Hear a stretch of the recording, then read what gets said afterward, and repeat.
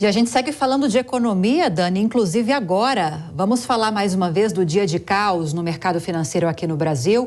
O Ibovespa despencou, fechou abaixo dos 98 mil pontos, enquanto o dólar voltou a subir.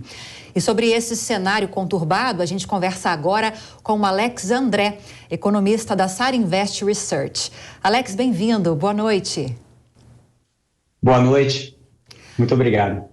Agora, Alex, qual sua leitura desse movimento, de todos os conflitos, embates que estamos tendo, todos os problemas que estamos tendo nesse cenário político-econômico dos últimos dias? O que pesou mais para esse derretimento de hoje na Bolsa de Valores aqui em São Paulo? Será a falta de um arcabouço fiscal presente, concreto, a ser apresentado ao mercado? Serão essas tensões entre governo e Banco Central, com novas críticas do governo em relação à taxa básica de juros e ao comunicado de ontem do Copom, o que interferiu mais nesse resultado da Bolsa de hoje? Bom, o principal fator foi a questão da falta de sinalização fiscal por parte do Banco Central, né? Então, o Banco Central, pelo Campos Neto, ele disse em seu comunicado que o mercado esperava realmente uma sinalização de manutenção de 3,75, que realmente veio. Mas seu comunicado que o Banco Central disse que os juros pode subir ainda mais se o governo tiver aí, né, uma leitura de mais gastos, né? Isso que realmente o governo Lula tem mostrado, né? Mais gastos, falta de responsabilidade fiscal. Roberto Campos Neto, sem arcabouço fiscal, sem sinalização da trajetória da dívida, ele manteve os juros 3,75 e disse, olha, se realmente o governo federal quiser realmente aumentar o gasto e não ter responsabilidade fiscal, eu vou aumentar os juros. Então, realmente, a Bolsa ela sofreu a maior queda desde 18 de julho do ano passado e a maior queda do ano de 2023 e um volume muito baixo. Esse volume tem uma grande explicação. Esse volume está falando de 19 bilhões de reais da B3 com essa queda de 2,3%. Que significa que o investidor local ele não está comprando Bolsa. O investidor estrangeiro, que comprou 100 bilhões de reais na Bolsa no ano passado, hoje está retirando 1,7 bilhão, quase 2 bilhões de reais desde o começo do ano, ou seja, o investidor estrangeiro que tem uma grande participação aqui na nossa Bolsa, ele tem saído, o investidor local tem ido para a renda fixa. Então, o que a gente tem visto é um cenário muito complicado em relação à Bolsa. Claramente, uma grande parte dessa culpa não é do Banco Central. O Banco Central fez um ótimo trabalho, na minha opinião, em sinalizar que realmente ele vai trazer uma taxa de juros mais baixa se o governo for mais austero nos gastos e trazer uma sinalização, né, de controle da dívida pública. Agora, Alex André, na verdade, eu queria trazer uma reflexão, queria que você analisasse e veja bem se você concorda com essa linha de raciocínio. Em linhas gerais, o que nós percebemos é que o mercado apoia e defende a autonomia do Banco Central. Entende que é salutar que a instituição não esteja atrelada ao governo, o que tenha que cumprir as determinações do governo federal e do presidente da República. Isto posto, esta reação de hoje do mercado, esse derretimento da Bolsa, não nos leva a crer que o mercado acabou fazendo uma sinalização pró-governo?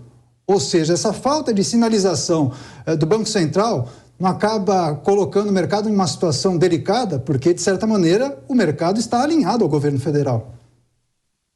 Pôs em xeque claramente o que o governo federal não deve fazer, o que o seu discurso, né, principalmente o Lula, né, o presidente Lula, ele está realmente trazendo falas, atacando o Roberto Campos Neto, né, principalmente na última semana que ele disse que gasto é investimento, e isso trouxe um grande pânico para o mercado.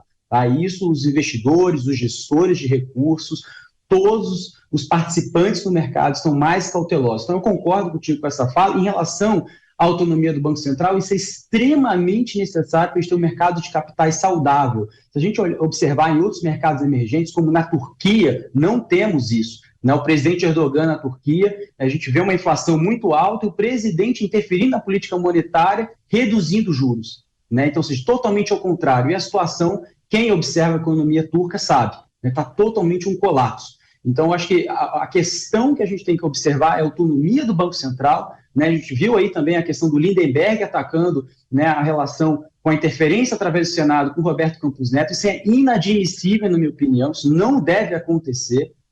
É difícil isso passar, mas o mercado ele tenta precificar. Então a gente vê o dólar, valorizando, nós vimos aí também os juros futuros, precificando né, maiores aumentos da taxa nos próximos trimestres, e o Banco Central dizendo que todo aquele discurso que nós tínhamos no ano passado de redução de juros foi jogado por água abaixo, e foi ainda mais.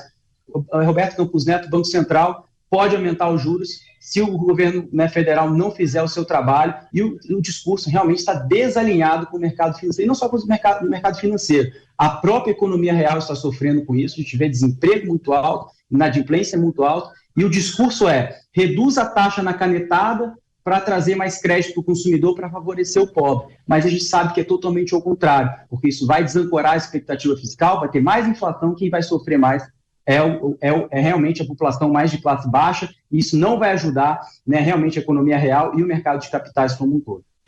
Agora, levando-se em consideração, Alex, esse comunicado do Copom, que foi feito ontem, quarta-feira, levando-se em consideração que há uma forte possibilidade de que no começo de abril, esse novo arcabouço fiscal que foi construído principalmente pelo ministro da Fazenda, Fernando Haddad, seja apresentado, já que a desculpa foi justamente essa viagem para a China, que vai acontecer nesse fim de semana, e que caso fosse apresentado antes, eles não estariam aqui, Lula e Fernando Haddad, para debater sobre essa proposta.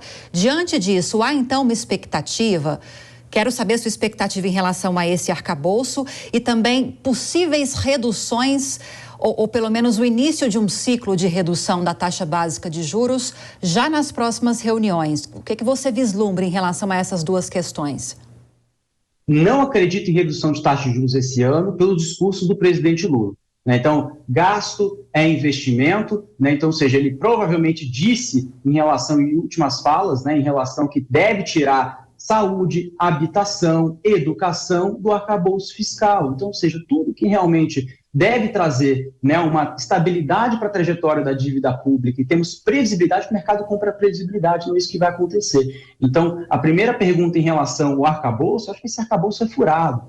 Essa queda de hoje da Bolsa demonstra claramente que o mercado não está acreditando no arcabouço. Se estivesse acreditando no arcabouço, o mercado não estaria com uma queda muito grande. Então, o mercado está precificando taxas de juros mais altas à frente, isso é claro. Olha as taxas de juros futuras, né? Principalmente os vértices mais longos, para quem é do mercado financeiro acompanha, a gente sabe o real impacto, não só nas ações, como foram os impactos de hoje, mas também em relação aos juros. Então, a cada vez esse discurso de corte de juros fica cada vez mais inviável, fica cada vez mais longe no horizonte do investidor acreditar. O que falta é, claramente, né, esse arcabouço de importância, de grande importância, era para ser apresentado o mais rápido possível, agora vai ser apresentado na volta da viagem, né, do Lula, né, à China, como você disse muito bem.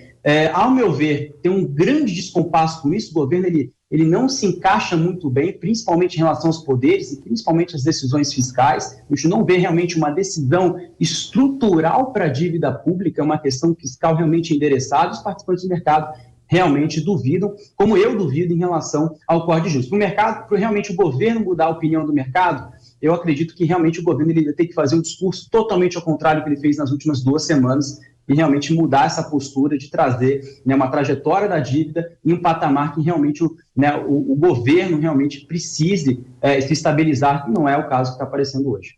Seguimos então muitos atentos, a gente de cá e você daí, Alex, nesses discursos nos próximos dias e para a apresentação também desse arcabouço fiscal, do novo arcabouço fiscal, possivelmente no começo de abril. Obrigada pela entrevista. Conversamos com Alex André, economista da Sarinvest Research. Seja sempre muito bem-vindo. Boa noite. Eu que agradeço. Muito boa noite. Até a próxima. Boa noite.